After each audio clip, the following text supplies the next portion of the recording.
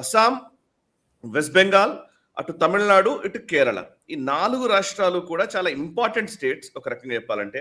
ఇందులో మనం exit polls ఫలితాలను చూసినా, ఎవరితో మాట్లాడినా కూడా అంచనాలన్నీ కూడా ఎలా ఉన్నాయంటే, అస్సాం విషయంలో ఎవరికి డిస్ప్యూట్ లేదు. అస్సాం హిమంత బిశ్వ శర్మ వస్తాడనే చెప్తున్నారు. మిగతా 3 రాష్ట్రాల్లో ప్రభుత్వ వ్యతిరేకత ఉంది అని చెప్తున్నారు. తమిళనాడులో స్టాలిన్ పట్ల వ్యతిరేకత ఉంది, ఇటు పినరయ్ విజయన్ పట్ల వ్యతిరేకత ఉంది, అటు మమతా బెనర్జీ పట్ల వ్యతిరేకత ఉంది. ఈ ముగ్గురు ఇవాళ 70s క్రాస్ అయిన వాళ్ళు. పినరయ్ విజయన్ అయితే 80 ఏళ్ళు వయసు. ఓకే, స్టాలిన్ 73 సంవత్సరాలు. స్టాలిన్ కంటే మమతా బెనర్జీ చిన్నది, 71 సంవత్సరాలు.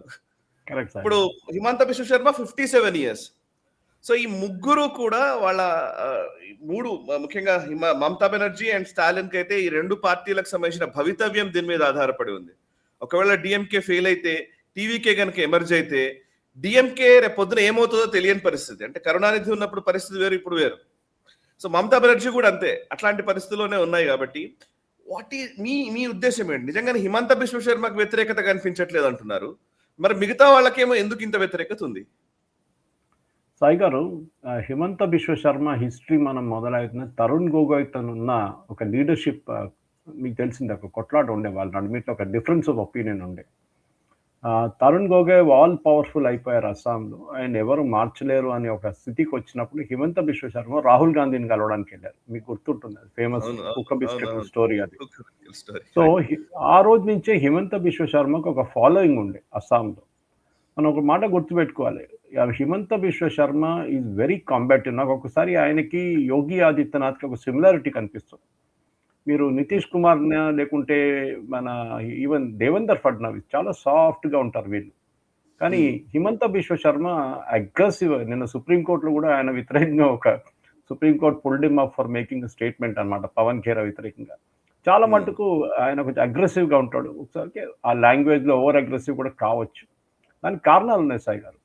ఎందుకంటే అస్సాంలో ఉన్న అన్ని కాన్స్టిట్యున్సీలో మీరు తీసేసి 21 కాన్స్టిట్యున్సీ దాన్ని తీసేస్తే, that is AIUDF Muslim majority ఉన్న కాన్స్టిట్యున్సీని తీసేస్తే చాలా మటుకు హిమంత బిశ్వ శర్మ పోటీ చేసేది ఆ కాన్స్టిట్యున్సీ నుంచే. Something very similar in west Bengal Sai గారు. 126 స్థానాలు ఉన్న Calcutta, Hooghly, Howrah, north and south Parganas తీసేస్తే బీజేపీ పోటీ చేస్తుంది 294 మైనస్ 126. 126 మీరు ముట్టలేరు. అది మమతా బెనర్జీ కాన్స్టిట్యున్సీ. అక్కడి నుంచి మినిమం ఒక 100 ఏం చెప్తారు 110 కూడా కలవచ్చు వాళ్ళు. సో అక్కడే బీజేపీకి చాలా పెద్ద వీక్నెస్ ఉంది వెస్ట్ బెంగాల్. కానీ అస్సాంలో ఆ ప్రాబ్లం హిమంత బిశ్వ శర్మ ఏం చేశారంటే ఒక మనం చెప్పొచ్చు పోలరైజేషన్ చేయించారు. అక్కడ హిందువులు హిందువులు హిందువులు అని చెప్పి ఆయన మియా, దట్ ఈస్ బంగ్లాదేశ్ నుంచి వచ్చిన ముస్లిం మియా ఓట్లు మాకు వద్దు, మాకు హిందూ ఓట్లు చాలు అని చెప్పేసి ఒక ఏం చెప్తారు ధృవీకరణ చెప్పొచ్చు మనం కావాలంటే. He did that very well, very effectively.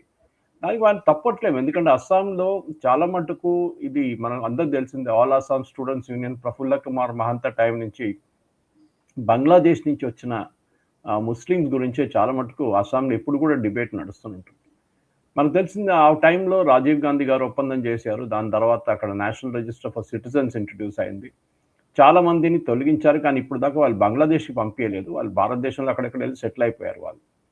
So Himanta Biswa Sharma advantage అది, దట్ హిందువుల్ని ఆయన ఒక యూనిట్గా తీసుకొచ్చారు మన అస్సాంలో. అది దీనికన్నా ముందు జరగలేదు. దీనికన్నా ముందు కాంగ్రెస్ గవర్నమెంట్ ఉన్నప్పుడు వాళ్ళ స్ట్రాటజీ ఏంటి, ముస్లిం ఓట్లు ముస్లిం దగ్గర తీసుకోండి, దాని తర్వాత హిందూ ఓట్లు కూడా హిందువుల దగ్గర నుంచి గుంచుకోండి కదా, అప్పుడు వాళ్ళు గెలిచేస్తారన్నమాట. Even Mamata Banerjee to large extent ఆమె అదే చేస్తుంది. ముస్లిం ఓట్లు ఆమె బకెట్లోనే పడుతుంది, ఎక్కడ వెళ్ళదు. ఎందుకంటే కాంగ్రెస్ ఫెయిల్ అయిపోయింది అక్కడ వెస్ట్ బెంగాల్లో. అది కాకుండా హిందూ ఓట్లు ఎస్పెషలీ మనకు తెలిసిందే ఎస్సీ ఓట్స్, ఆ ఏరియాలో ఉన్న 126 స్థానాలు ఉన్న ఎస్సీ ఓట్స్ మొత్తం భద్రలోకి వాళ్ళ ఓట్స్ అన్ని ఆమెకే పడుతుంది కంటిన్యూస్గా. హిమంత బిశ్వ శర్మ ఇప్పుడు నార్త్ ఈస్ట్, ఎందుకంటే బీజేపీ మీకు గుర్తుంటుంది మణిపూర్లో ఫస్ట్ ప్రాబ్లం వచ్చినప్పుడు అమిత్ షా గారు పంపించింది హిమంత బిశ్వ శర్మని, మీరు వెళ్ళి చూడండి అని చెప్పి. ఆయనకి 2 సహమంత్రులు ఉన్నారు యూనియన్ లెవెల్లో, మనకు తెలిసిందే union minister for state for home అని చెప్పి 2 ఉంటారు. 2ని పంపించకుండా హీ సెంట్ హిమంత బిశ్వ శర్మ, మీరు వెళ్ళి చూసి అక్కడ ఏంటి ప్రాబ్లమ్స్ చెక్ చేయండి అని చెప్పి పంపించారు. ఎందుకంటే నార్త్ ఈస్ట్ వాళ్ళకి తెలుసు ఇష్యూస్ ఏముంది నార్త్ ఈస్ట్లో ఉన్న ట్రైబల్ ఇష్యూస్ కానీ పాపులేషన్ ఇష్యూస్ కానీ అక్కడ ఉన్న ఒక్కొక్క కమ్యూనిటీకి అసలు పడదు. అది నాగాలాండ్ ఉండొచ్చు, మిజోరాం ఉండొచ్చు, మణిపూర్ ఉండొచ్చు, ఎక్కడైనా కానివ్వండి. బట్ ఒక స్టెబిలిటీ తీసుకొచ్చారు అస్సాంలో. అది చాలా ఇంపార్టెంట్. ఎందుకంటే మనం చూసాం అస్సాం ఆల్మోస్ట్ ఒక 40 సంవత్సరాలు మన ఇండిపెండెన్స్ తర్వాత కూడా ఫ్రమ్ 70s ఆన్వర్డ్స్ 2000 దాకా సాయి గారు వాళ్ళకి అసలు డెవలప్మెంట్ అనేది జరగలేదు అస్సాంలో. మనందరూ తెలిసిందే. ఏకే యాంటనీ ఫేమస్ స్టేట్మెంట్ ఒకటి ఉంది నార్త్ ఈస్ట్ గురించి. నార్త్ ఈస్ట్లో మీరు రోడ్లు ఎందుకు కట్టట్లేదు, స్పెషల్లీ అరుణాచల్ ప్రదేశ్లో అంటే చైనీస్ కోప్పడతారు అక్కడ రోడ్లు కడితే, దానికోసం మేము రోడ్డు కట్టట్లేదు అని చెప్పి ఏకే యాంటనీ గారు పార్లమెంట్లో ఒక స్టేట్మెంట్ ఇచ్చారు. మీకు గుర్తుంటుంది. అవునవును. ఇది నాట్ బిల్డింగ్ రోడ్స్ అనేది ఒక పాలసీ, యూపీఏ గవర్నమెంట్ పాలసీ పెట్టుకుంది. పాలసీ పెట్టుకున్నారు వాళ్ళు. అది కూడా స్ట్రాటజిక్ రోడ్స్, ఏదో హైవేలు కట్టడం కాదు, ఇది స్ట్రాటజిక్ రోడ్స్ కూడా డెవలప్మెంట్ అన్నమాట. అది హిమంత బిశ్వ శర్మ మార్చారు చాలా మటుకు. నార్త్ ఈస్ట్లో ఉన్న డెవలప్మెంట్ చూస్తుంటారు. మోదీ గారు at least once in a month, ఒక నెలకు ఒకసారి అక్కడికి వెళ్తారు. ఆయన ఏదో ఒక ప్రాజెక్ట్ ఇనాగ్రేట్ చేస్తారు. అది బ్రిడ్జ్లు ఉండొచ్చు, హైవేలు ఉండొచ్చు, ఎయిర్పోర్ట్స్ ఉండొచ్చు, రైల్వే స్టేషన్, ఏదైనా కానివ్వండి డెవలప్మెంట్ జరుగుతుంది నార్త్ ఈస్ట్లో. సో అస్సాంలో ఉన్న ప్రజలు ఇప్పుడు ఏం చూస్తున్నారంటే, ఫస్ట్ అస్సాంలో ఉన్న వాళ్ళందరూ మీకు గుర్తుండు సాయి గారు, just like Bihar, Odisha, to large extent even north eastern state Manipur, మిజోరాంలో ఉన్న అమ్మాయిలు అబ్బాయిలు హైదరాబాద్లో కనిపిస్తారు మీకు చాలా మంది. ఇక్కడున్న హోటల్ ఇండస్ట్రీ కానివ్వండి, ఇక్కడున్న ఏం చెప్తారు బ్యూటీ సెలూన్స్ కానివ్వండి పనిచేస్తున్నారు ఇక్కడ. ఎందుకంటే వాళ్ళకి అక్కడ ఏం ఎంప్లాయ్మెంట్ లేదు అక్కడ. అట్లాంటి ఎంప్లాయ్మెంట్ వాళ్ళకి రాదు కూడా. ఎందుకంటే నార్త్ ఈస్ట్లో మనం పెద్ద పెద్ద ఫ్యాక్టరీలు పెట్టలేం, పెద్ద సిటీస్ కట్టలేము. అక్కడ చాలా sensitive, eco sensitive areas. Maximum మీకు పెద్ద సిటీ అనేది ఉంటుంది గౌహటి, అటువైపు నుంచి చూస్తే. సో అస్సాంనే ఇప్పుడు నార్త్ ఈస్ట్ ఒక మ్యాగ్నెట్గా మారిపోయింది. అస్సాంకి మీరెందుకు హైదరాబాద్కి రావాలి, మీరెందుకు ఢిల్లీకి వెళ్ళాలి, మీరెందుకు బెంగళూరుకి వెళ్ళాలి, మీరు నార్త్ ఈస్ట్లోనే పనిచేయండి, మీరు అస్సాంలో పనిచేయండి. సో దట్ యూ కెన్, మీకు ఈకలాజికలీ మీకు కొంచెం దగ్గర ఉంటుంది. అండ్ మీకు ఒక ఏం చెప్తారు, మీ పేరెంట్స్ దగ్గర కానివ్వండి, మీ ఫ్యామిలీ దగ్గర ఉంటారు. మీరు ఒక రోజులో లేకుంటే గంట సేపట్లో మీరు వెళ్ళిపోవచ్చు అక్కడికి అని ఒక ఫీలింగ్ ఉంటుంది వాళ్ళకి, ఫ్లైట్లో వెళ్ళిపోవచ్చు. ఇది ఐ థింక్ మేజర్ ఒక మార్పు జరిగింది సాయి గారు నార్త్ ఈస్ట్లో. అది తీసుకొచ్చింది హిమంత బిశ్వ శర్మ గారు. ఇంకా నార్త్ ఈస్ట్ ప్రాబ్లం ఎప్పుడు ఏముంటుందంటే, వాళ్ళ లీడర్స్ ఎప్పుడు వీక్ ఉంటుండే. ఢిల్లీ దుంకమంటే దుంకుతారు, పడిపోమంటే పడిపోతారు, బావిలు దుంకమంటే దుంకేస్తారు. అట్లాంటి పరిస్థితులు ఉన్నారు నార్త్ ఈస్ట్ లీడర్స్ అనమాట. మీరు ఒకసారి గుర్తు చేసి చూడండి, ఎవరున్నారు పెద్ద లీడర్లు. తరుణ్ గొగోయ్ వాస్ వన్, దేవకాంత బరువా అని చెప్పి కాంగ్రెస్ ఒక ప్రెసిడెంట్ ఉండే ఒక టైంలో. He was another big name. కానీ ఆయన చాలా పవర్లెస్ మనిషి. మీకు గుర్తుండదు ఒక famous statement, Indira is India, India is Indira అని చెప్పిన మనిషి దేవకాంత బరువా.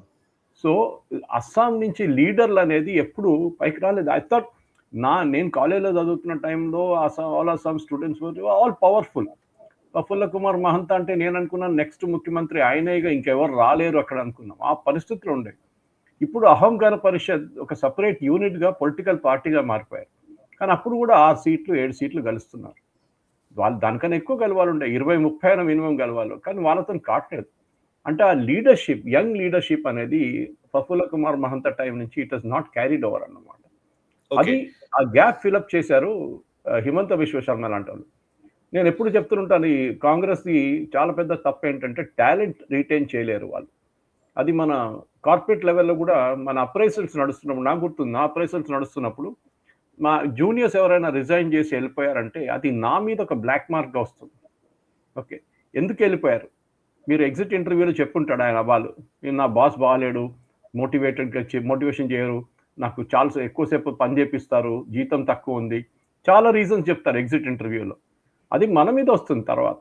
సో కాంగ్రెస్ కూడా అస్సాంలో ఆ రోజు ఉన్న ప్రాబ్లమ్ సార్ట్అవుట్ చేయకుండా వాళ్ళు ఇగ్నోర్ చేసిన దానికే ఒక ప్రఫుల్ల కుమార్ మహంతా టైం నుంచి, తరుణ్ గొగోయ్ నుంచి ఫైనలీ హిమంత బిశ్వ శర్మ దగ్గర వచ్చి ఆగింది సాయి గారు. ఇప్పుడు మీరు ఆఫ్టర్ హిమంత బిశ్వ శర్మ హూ అనగానే దెర్ ఇస్ నో బడీ. మీకు మన అందరూ మర్చిపోతున్నాం, ఫస్ట్ టర్మ్లో సర్బానంద సోనోవాల్ గారు ఉన్నారు ముఖ్యమంత్రిగా. కానీ he was not this effective. ఆయన ఓకే ముఖ్యమంత్రి అంటే ముఖ్యమంత్రి ఉన్నారంటే, కానీ ఒక లీడర్షిప్ క్వాలిటీ లేదు ఆయనలో. దానికోసం సెంట్రల్ గవర్నమెంట్ కూడా, యూనియన్ గవర్నమెంట్ సెకండ్ టర్మ్లో వాళ్ళు అర్థమైపోయింది, ఈయన తీసుకొచ్చి యూనియన్ మినిస్ట్రీలో పెట్టేసి మన హిమంత బిశ్వ శర్మని అక్కడ పంపిద్దాం అని చెప్పి చేశారు. అది I think that is one of the best moves BJP has done అస్సాంలో. నెక్స్ట్ ఒక 20 సంవత్సరాలు అస్సాం తిరిగి చూడక్కర్లేదు వాళ్ళు. చూస్తే సార్, ఇప్పుడు 4 రాష్ట్రాల్లో మీరు మమతా బెనర్జీ 3 టర్మ్స్ ఎలక్ట్ అయ్యారు, ఇప్పుడు 4వ టర్మ్ కోసం చూస్తున్నారు. స్టాలిన్ 2 టర్మ్స్ ఎలక్ట్ అయ్యారు, 3వ టర్మ్ కోసం ప్రయత్నం. పినరాయి విజయన్ 2 టర్మ్స్ అయిపోయింది, 3వ టర్మ్ కోసం ప్రయత్నం.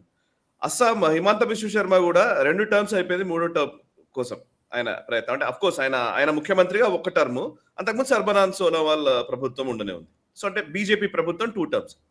ఇప్పుడు ఇక్కడ క్వశ్చన్ ఏంటంటే సార్, 2 టర్మ్స్ అన్ని 4 రాష్ట్రాల్లో కూడా 2 పైనే. మమతా బెనర్జీ ఒక బెంగాల్ 3 టర్మ్స్ అయిపోయింది కానీ మిగతా రాష్ట్రాల్లో వ్యతిరేకత విపరీతంగానే ఉంది.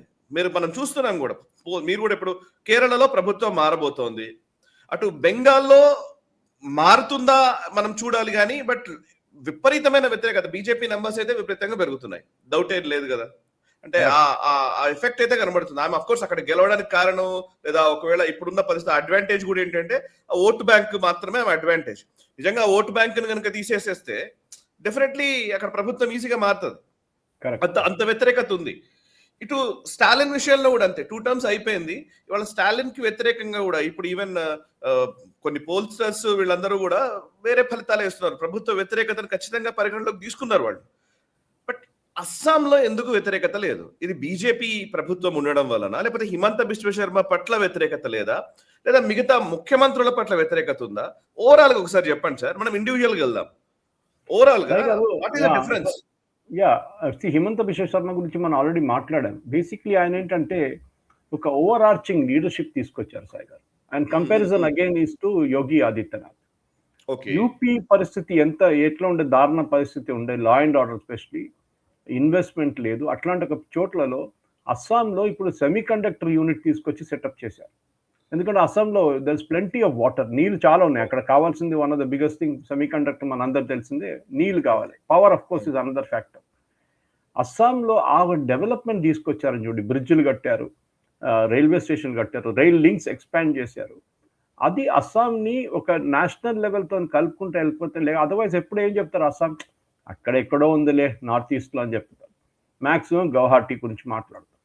ఇప్పుడు నిన్న నేను ఒక స్టోరీ చూసాను సాయి గారు. సార్ అట్లయితే ఇప్పుడు డెవలప్మెంట్ అయితే, సారీ టు ఇంటరప్ట్ చేశారు, డెవలప్మెంట్ అయితే మరి తమిళనాడు చాలా నిజంగా చెప్పాలంటే వాళ్ళ జీడిపి ఎక్కువే, వాళ్ళు ట్యాక్సెస్ ఎక్కువనే కడుతూ ఉన్నారు, ఇండస్ట్రీస్ ఎక్కువనే ఉన్నాయి, mobile units and manufacturing units ఎక్కువగా ఉన్నాయి తమిళనాడులోనే. అక్కడ కూడా డెవలప్మెంట్ ఉంది. నిన్న కూడా ఏదో ఎకనామిక్ టైమ్స్ లో స్టోరీ చదువుతున్నాను, తమిళనాడు మన ఇండియన్ గ్రోత్ స్టోరీలో తమిళనాడు పాత్ర చాలా సీరియస్ గా ఎక్కువగానే ఈ మధ్యకాలంలో పెరిగింది అని. మరి అక్కడ కూడా వాళ్ళేమో ఇంకా హ్యూమిలియేట్ చేస్తున్నారు నార్త్ ఇండియన్స్ ని. వీళ్ళందరూ కూడా పానీపూరి బండ్లు పెట్టుకుంటారు, అది ఇది అని చెప్పేసి చాలా అవమానకరంగా మాట్లాడుతూ ఉన్నారు కూడా. సాయి గారు, తమిళనాడులో డెవలప్మెంట్ అనేది స్టాలిన్ ఎరాలో మొదలు కాలేదు సాయి గారు. It started from the early days. First Karunanidhi time ని తీసుకొని తమిళనాడులో ఒక ఈకో సిస్టమ్ ఉండే. మీకు గుర్తుంటుంది, కోయంబత్తూర్ అనగానే మోటార్, అన్ని మోటార్లు అక్కడ దొరుకుతాయి మీకు. ఓకే, మన cotton mills, Lakshmi cotton mills, మిగతా అన్ని కాటన్ మిల్స్ చాలా ఉన్నాయి అక్కడ. సో తమిళనాడులో స్టాలిన్ వచ్చిన తర్వాతే డెవలప్మెంట్ జరిగింది అనేది తప్పు. దానికన్నా ముందు కూడా ఈకో సిస్టమ్ ఉండే. తమిళనాడులో ఉన్న యూనియన్ మినిస్టర్, అది దయానిధి మారన్ ఉండొచ్చు, బాలు ఉండొచ్చు, ఏ రాజా ఉండొచ్చు, ఎవరైనా కానివ్వండి, యూనియన్ మినిస్ట్రీ లెవెల్లో వాళ్ళ స్టేట్కి యూనిట్స్ తీసుకొచ్చారు సాయి గారు. అది చాలా ఇంపార్టెంట్. ఇప్పుడు శ్రీపెరంబదూర్లో కార్ యూనిట్స్ ఎట్లా మొదలైంది సాయి గారు? ఫోర్డ్తో మొదలైంది, దాని హ్యూండాయ్ వచ్చింది. సో వాళ్ళ మినిస్టర్స్ ఎవరో ఉన్నారు, దే ఎన్ష్యూర్డ్ దాట్. మన తెలంగాణలో చేసిన అన్నిటికంటే పెద్ద తప్పు సాయి గారు, మనకు ఒక టైంలో 4-5 మినిస్టర్లు ఉన్నారు కాంగ్రెస్ హయాంలో. ఏం తీసుకొచ్చారు తెలంగాణకి? ఏం తీసుకురాలి? ఒక్క కార్ మ్యానుఫ్యాక్చరింగ్ యూనిట్ కూడా తెలంగాణలో లేదు సాయి గారు. మొబైల్ ఇప్పుడు ఉందనుకోండి, కానీ mobile is not a hard core manufacturing thing, అది అసెంబ్లింగ్, అది మోస్ట్లీ. ఈ యొక్క డెవలప్మెంట్ అనేది తీసుకొచ్చింది స్టాలిన్ కాదు. కానీ అక్కడ ఏంటంటే తమిళనాడులో మీకు తెలిసింది సాయి గారు, ద్రవిడియన్ పాలిటిక్స్ అనేది చాలా ఇంపార్టెంట్. అక్కడ ద్రవిడియన్ పాలిటిక్స్లో స్టార్ పవర్ చాలా ఇంపార్టెంట్. ఒక స్టార్ కావాలి మీకు. దానికోసం నేను చెప్పాను చూడండి, Annamalai was a non film star. Okay, తమిళనాడులో స్టార్ అనగానే ఒక ఫిలిం స్టార్ ఉండాలి మీరు. సో జయలలిత కానీ, దానికన్నా ముందు ఎంజీఆర్ గారు కానీ, అట్లాంటి స్టార్స్ ఉన్నారు. ఓకే, కెప్టెన్ విజయకాంత్ కానీ, శరత్ కుమార్ కానీ, వీళ్ళందరూ స్టార్స్ పార్టిసిపేట్ చేస్తారు ఎలక్షన్స్లో. కానీ తమిళనాడులో చూడండి, అన్నామలై బికేమ్ ఎ స్టార్, కానీ ఆయన పక్కన జరిపేశారు, అది ఇంకో స్టోరీ. కానీ నేను అస్సాం తమిళనాడు కంపేర్ చేస్తే, అస్సాంలో డెవలప్మెంట్ లేని చోట్ల డెవలప్మెంట్ తీసుకొచ్చారు. కానీ తమిళనాడులో మీరు డెవలప్మెంట్ మాట్లాడితే, జీడిపి కాంట్రిబ్యూషన్ అది ముందు నుంచే ఉంది కదా, కొత్తది ఏంటంటే అంటారు, పెరిగి ఉంటుంది 1%, 2% పెరిగి ఉంటుంది. కానీ మేజర్ డెవలప్మెంట్ హ్యాపెన్ బిఫోర్ అన్నమాట. ఎప్పుడో ఫోర్డ్ సెటప్ చేశారు వాళ్ళ ప్లాంట్. తర్వాత ఫోర్డ్ క్లోజ్ అయిపోయింది. టాటా టేక్ ఓవర్ చేసుకున్నారు. హ్యుండాయ్ అక్కడ వచ్చింది. చాలా మటుకు కార్ మ్యానుఫ్యాక్చరింగ్ కంపెనీస్ వచ్చింది. అది కాకుండా మొబైల్, మీ శ్రీపెరంబదూర్ చూస్తే మొబైల్ యూనిట్స్ చాలా ఉన్నాయి. విపరీతంగా పెరిగింది అక్కడ. మోస్ట్లీ మహిళలకు ఉద్యోగం ఇవ్వడం. ఎందుకంటే అసెంబ్లింగ్‌లో దే ఆర్ ద ఎక్స్‌పర్ట్స్ అన్నమాట. సో రూరల్ ఏరియాస్ నుంచి నేను ఒక 2 సంవత్సరాల ముందే I was driving past around 6:00 in the evening. Kanchipuram నుంచి I was going to Chennai. Road మొత్తం నిండిపోయింది సాయి గారు మహిళలతోని. అండ్ వాళ్ళందరూ రూరల్ ఏరియాస్ నుంచి వస్తున్నారు. బస్ వైపు వెళ్తున్నారు. వాళ్ళ కంపెనీ బస్సుకి వెళ్తున్నారు. నెక్స్ట్ షిఫ్ట్ వాళ్ళు వస్తున్నారు. అప్పుడు నేను అడిగాను నా డ్రైవర్ దగ్గర, వీళ్ళెవరంటే, సార్ వీళ్ళంతా పక్క ఊరి నుంచి వస్తారు సార్, ఈ మొబైల్ అసెంబుల్ చేస్తారు సార్. ఆలోచించండి, you're providing high quality employment అన్నమాట. సో ఆ ఇమేజ్ మీకు పెరుగుతుంది. అదే ఇమేజ్ హిమంత బిశ్వ శర్మ నార్త్ ఈస్ట్లో ట్రై చేస్తారు. ఎందుకు మా పిల్లలు మిగతా రాష్ట్రాలు వెళ్ళి పనిచేయాలి? మీరు చెప్పినట్లు పానీపూరి అమ్ముకున్నారని చెప్పి డిఎంకే వాళ్ళు అలిగేషన్ చేశారు. బీహారీలు వచ్చి టాయిలెట్ గడుగుతారని చెప్పి ఇంకో తమిళనాడు మినిస్టర్ చెప్పారు. అది కాకూడదు సాయి గారు. వాళ్ళ ఊర్లోనే వాళ్ళు డెవలప్మెంట్ తీసుకురావాలి. ఇక్కడ బీహార్ ఫెయిల్ అయింది సాయి గారు. దానికి కారణాలు చాలా ఉన్నాయి. బీహార్ ఫెయిల్, అది కర్పూరి ఠాకూర్ టైం నుంచి మీరు చూసుకుంటూ వస్తే even to large extent Nitish Kumar కూడా. ఎందుకంటే బీహార్లో ఫస్ట్ మీకు ఒక స్టేబుల్ లా అండ్ ఆర్డర్ ఉంటే కంపెనీలు పెట్టుబడి పెడతారు.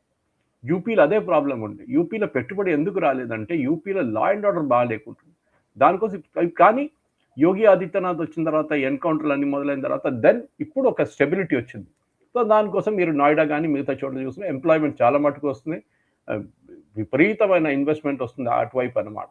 సో ఇది ఒక డైకాటమీ నార్త్ ఈస్ట్ సాయి గారు. నార్త్ ఈస్ట్ అనగానే హిమంత బిశ్వ శర్మ, స్టాలిన్ ఎస్ డెవలప్మెంట్ ఉందంటే ఉంది, కానీ మోస్ట్లీ వాళ్ళ డెవలప్మెంట్ అంతా చేపించింది వాళ్ళ యూనియన్ మినిస్టర్స్.